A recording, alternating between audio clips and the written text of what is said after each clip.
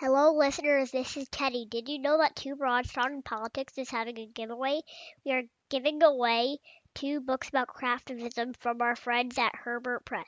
You can find details on momgenemedia.com. Entries are due on Thursday, December 21.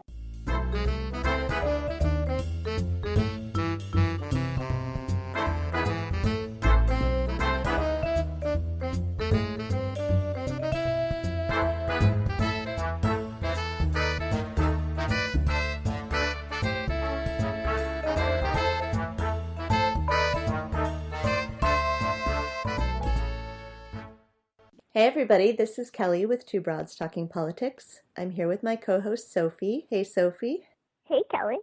Hi. And I'm here with Donna Bowman, who is a professor of religious studies and interdisciplinary studies at the Schedler Honors College at the University of Central Arkansas.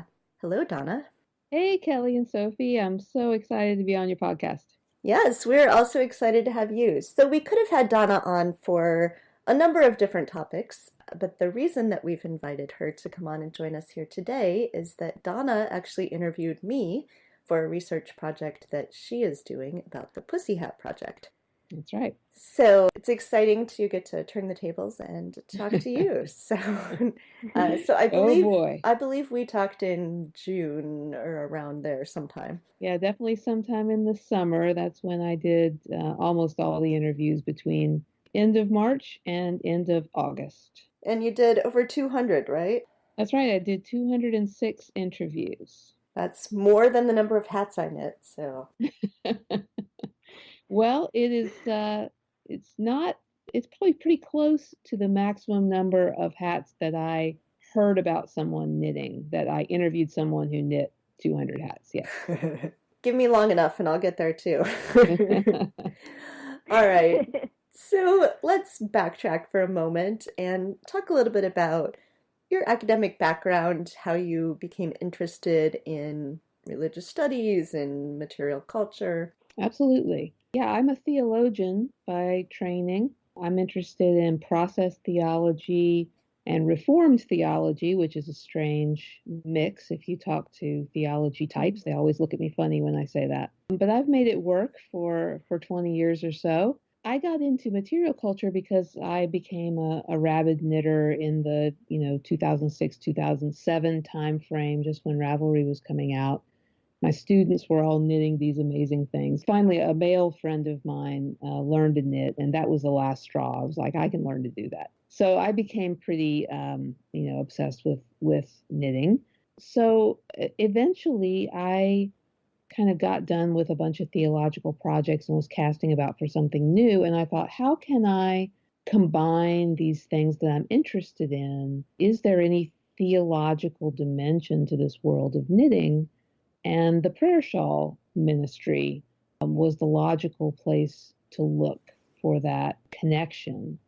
So I did a project starting in 2013, really, and lasting for a couple of years on prayer shawls. And so that was the way that material culture came into my theological world. That's really fascinating. I think if I had stuck with religious studies, I could easily have seen myself going down that sort of road. I was always very interested in visual culture and material objects and how they related to religious studies. Well, the great thing about being in an honors college where I work, it's an interdisciplinary faculty, and so we're really encouraged to develop weird specialties that make for interesting kinds of classes we can offer students. And so I was really, had a lot of freedom to kind of go off the beaten path of the philosophical theology route and work my way into some new skills and new fields and new specialties, and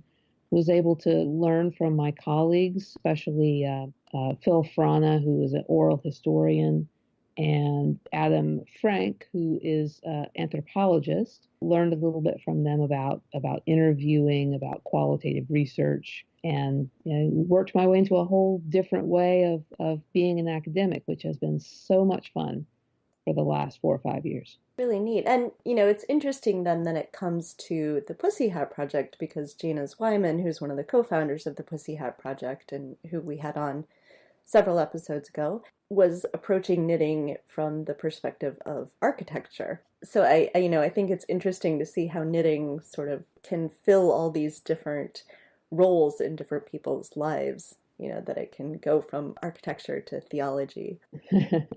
Yeah, fabric making and women's involvement in it is such a very foundational aspect of civilization that I think it has the potential to be able to be theorized in so many different fields. When something is so very basic, it just takes on, it can be looked at from so many dimensions. And I find that really interesting as well. There's nothing better than reading a great interdisciplinary book about textiles because it has that quality. Sophie, I bet you didn't realize I was getting you into a knitting podcast instead of a politics podcast. If anyone has learned anything from our 20 episodes so far, it's that knitting is fundamental to my life. I am not a knitter, but I am interested in knitting and other crafts and craftism and politics. My mother is a knitter, and a lot of my friends are knitters, so I'm interested in it. We're going to make you into a knitter sooner or later there, Sophie. I've decided that I am going to try cross-stitch this winter, so that's my project. Our winter podcast will turn into Kelly and Sophie try to learn how to cross-stitch.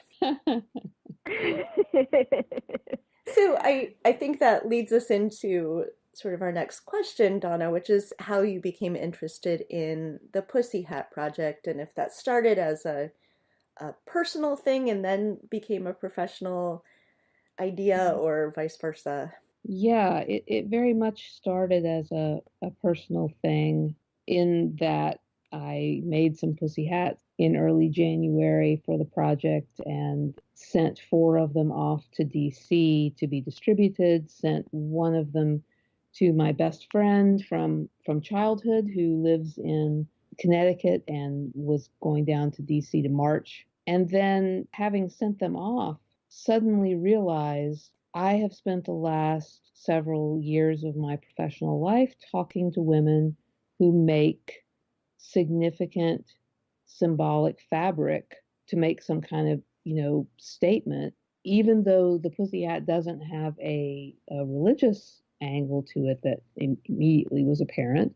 It was clear to me that I needed to take the specialty I had developed talking to women who made prayer shawls and apply it to these people who made pussy hats. And so that hit me like a bolt of lightning 6 days before January 21st. And I kind of panicked because at that point I didn't know if the places where the pussy hat makers gathered on Ravelry and Facebook and so forth, I didn't know if everybody would scatter after the march. I didn't know if I'd be able to find the pussy hat makers. I knew where they were on January 15th or 16th, but I didn't know if I'd be able to find them a week later. So I very, very quickly threw up a 1-question Google form, just said, give me your email so I can contact you later, and collected a lot of emails that way, just through social media, Twitter, Ravelry. If you made pussy hat, give me your email address if you're willing to do a survey later. Got approval through my university's institutional review board to do a survey and follow up interviews, and got that survey up in mid-February. And at that point, I was off and running. But I always shudder to think of how close I came to kind of not realizing in time that this was my role to play in what I think is going to be a huge world of scholarship about the Women's March. This was the part I was equipped to do.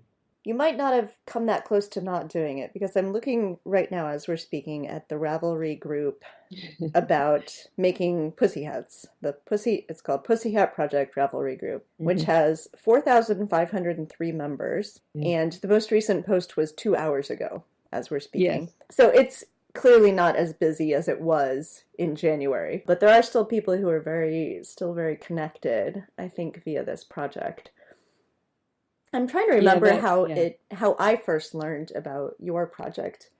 I suspect that somebody who heard about it on Ravelry found me on Facebook and said, Kelly, you're this crazy lady who's knit way too many of these. You should fill this out. But I don't remember. It just like I don't actually remember how I found out about the Pussyhat Project in the first place. Although I do, just the other day on my Facebook 1 year ago thing, I saw a picture of the first time I received yarn in the mail to make a pussy hat. So I remember as soon as I heard about the project, within like an hour, I had ordered some cheap pink yarn on Amazon.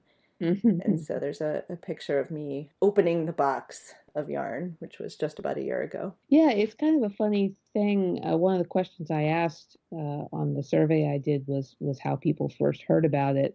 And I asked that in the interview too. Sometimes people gave me two different answers.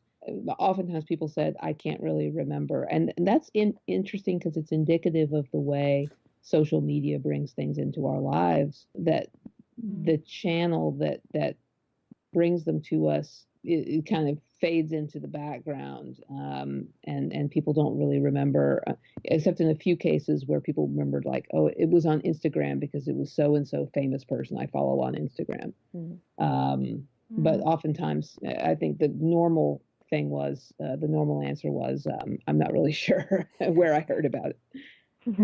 You know, that's funny. I've been part of the Welcome Blanket Project, which is the next thing that Jana's Wyman did. And I've often been at the Smart Museum when people, helping to catalog the welcome blankets when people have come in to view them. And almost every single person asks, how did people hear about this project? And I just kind of look at them and go, well, how wouldn't they have heard of it? Ravelry, Facebook, Instagram, I don't know. It's just part of the ether. But, perhaps it's part of the ether when you're in craftivist communities in a way that it's not for everybody else. Yeah, I think that's one of the things that I've only just started to think about that I'd like to explore more. There's only about, 20, 30 different articles I've got planned right now out of this research. It's just every time I think about it, there's a new one I need to write. But one of them is just people's sense of whether they were kind of in a big group of people doing this or whether they felt like they were isolated doing this, and how that affects what they expected to happen from it, whether they thought, oh, I know this is going to be a big deal, or I don't know, maybe it'll just be a very tiny deal. And then this feeling that a lot of non-crafters had, that this just came out of the woodwork, and just it appeared like umbrellas on a rainy day. Suddenly everyone seems to have one. Where do they come from? So that social media really affects that, because again, it's where you hang out and what you know about.